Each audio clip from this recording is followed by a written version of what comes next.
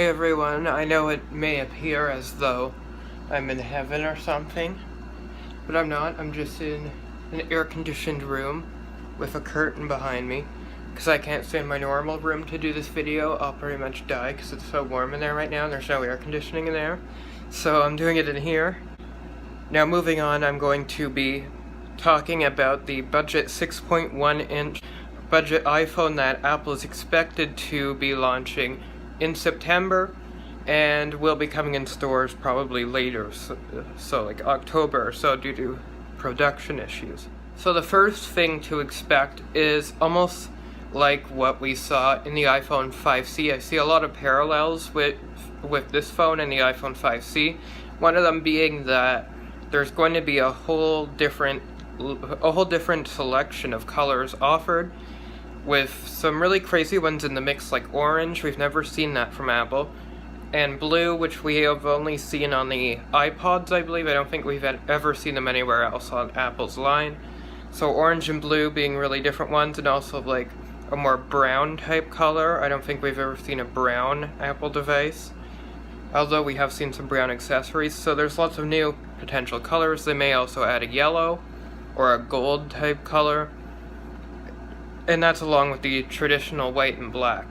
So if you want a phone that's very colorful and a phone in a color that matches your personality, your best chance at that will be the 6.1-inch iPhone coming out later this year. The next thing that I want to quickly briefly mention is the iPhone 6.1-inch will have a single lens camera as opposed to a dual lens camera that will be offered on the other two iPhones coming out later this year. So this one will be the only one that have a single lens camera, and I think due to the pricing of this phone, there's going to be very, very minimal changes from this camera compared to the iPhone 8. I think this camera is going to be almost nearly identical to that of the iPhone 8 single lens camera right now, with maybe some minor tweaks and changes to help modernize it and help it compare to the more higher end ones.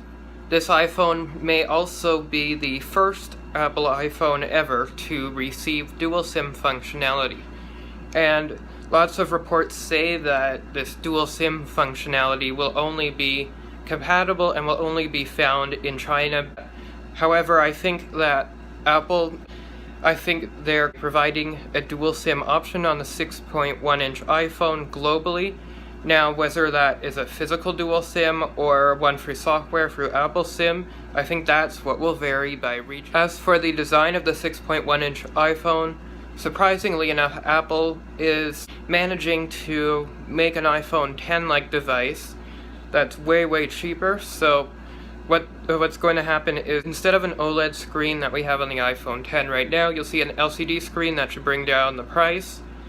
But other than that, in terms of the design compartment, you might have slightly larger bezels, but you're still getting that typical iPhone 10 design with the notch on top and the removal of the home button and the removal of Touch ID. So with the removal of Touch ID, of course, that brings in Face ID.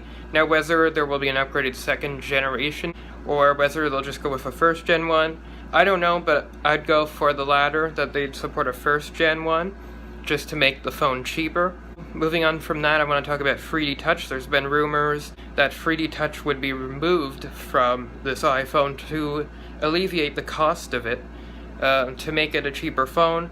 However, it appears by recent leaks and things like that that there isn't really a plan to do that.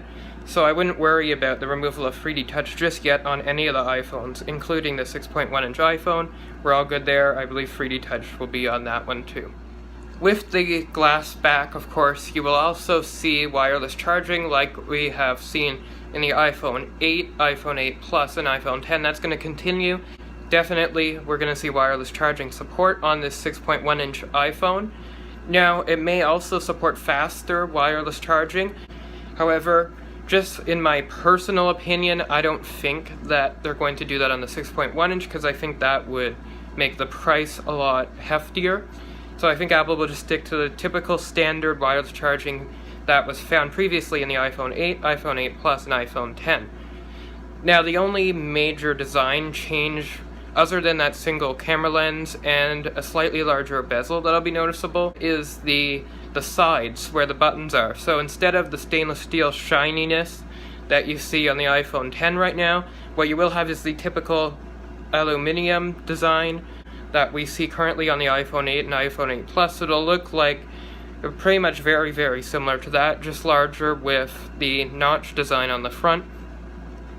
That's what to expect from the design. Also, the 6.1 inch will be slightly larger than the current existing 5.8 inch iPhone X. So if you've ever held one or seen one, it's a little bit larger than that. So basically you could think of the 6.1 inch iPhone size-wise as the middle ground in between the current iPhone X and the iPhone 8 Plus sizes. As for storage options, I believe that there will be a 64GB option, as well as a 256GB option, or maybe a 128GB just to reduce the price. It's really a way to create an affordable iPhone X style design phone. So I doubt that they'll do any major pricey luxury upgrades, as it will threaten Apple's ability to make it really cheap and affordable for people. For pricing, it's either going to start at $699 or $799, and then go up by about $50 to $100 when you move up a storage configuration. So that would be about $749 or $849-ish, depending on what storage option you get. So, still quite pricey in the realm of tons of phones, especially with this being a mid-range phone. But from Apple speaking, when they have like over $1,000 phones at this point, it's quite a good bargain to get almost all the same features for much cheaper. So I'm really excited to see what happens with this phone. I'm going to be watching the event just as many of you probably will, and I'll try to recap it on here. And I'll be getting a new iPhone this year in the coming months, because right now I have an iPhone 6 and it's time for me to upgrade. I've had it for over 3 years. So let me know if you're interested in the 6.1 inch iPhone coming soon in September in the comments below. Thanks for watching, and I hope to see you in the next video. Bye-bye. Actually, also, comment below what you think they're going to name it. Okay, bye-bye.